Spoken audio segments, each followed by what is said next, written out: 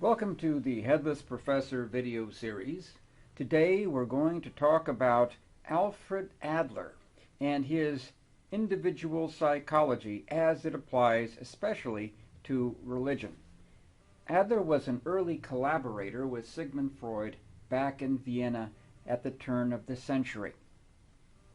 He broke with Freud in 1912 primarily over the issue of the Oedipus complex. Adler was convinced that the universal complex afflicting all children was the inferiority feeling that every child experiences as a result of being born a child in an adult world. Children realize that adults have bigger bodies, more privileges, more knowledge. We all cope with inferiority feeling in different ways. And the healthy way is to develop something which Adler called Gemeinschaftsgefühl, which usually is translated as social interest. In other words, we stop feeling sorry for ourselves and start caring more about others. The whole dynamic of mental illness, according to Adler, is how has this particular individual unsuccessfully coped with inferiority feeling.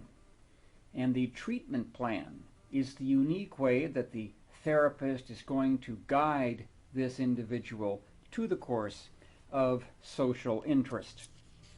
This diagram represents Adler's view of the mind space of each individual child. There are several factors which can bring a child down into a worsening of inferiority feeling. For example, if the child has a real or perceived inferiority, it might be a physical inferiority due to disease or birth defect, but it could also be an inferiority due to lack of intelligence, lack of physical beauty, lack of athletic prowess, or maybe it's a prejudice rooted in ethnicity, religion, or socioeconomic status. We all have something to feel inferior about. Adler also pointed out that children who were neglected by their parents or sadly abused by their parents could also have these kinds of feelings of inferiority exacerbated. Even children who were pampered might develop a worsening of inferiority feeling because the child then wonders, what's wrong with me that I need all this extra attention? Some children strive away from inferiority but still wind up on the useless side of life because they strive in an inappropriate direction. Some seek solace in drugs or other kinds of addictions. Some, especially males, turn toward gangs and violence as a way of denying their inferiority and asserting a sham sense of power and superiority.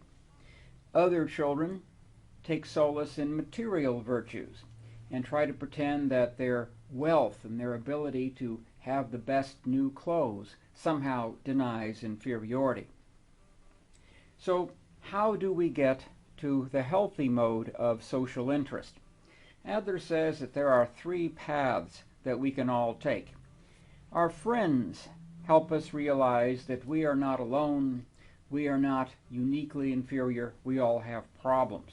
So interpersonal relations with friends helps us develop social interest. Developing a family of our own, a spouse who loves us, children who look up to us, is also a key to developing social interest. Then there is a career where we can get a sense of achievement, accomplishment, and contribution to society at large.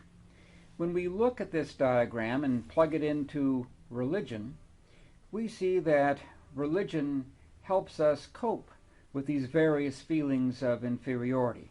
It encourages not to strive on the side of violence, drugs, or materialism. It encourages us to get over our childhood inferiorities, the wrongs that were done to us in terms of abuse and neglect. And it points us toward helping others, and it gives us a spiritual community to work with. So according to Adler, religion is part of the solution, not part of the problem. For more information about Adler's theories, take a look at some of my articles in the Baker Encyclopedia of Psychology and Counseling.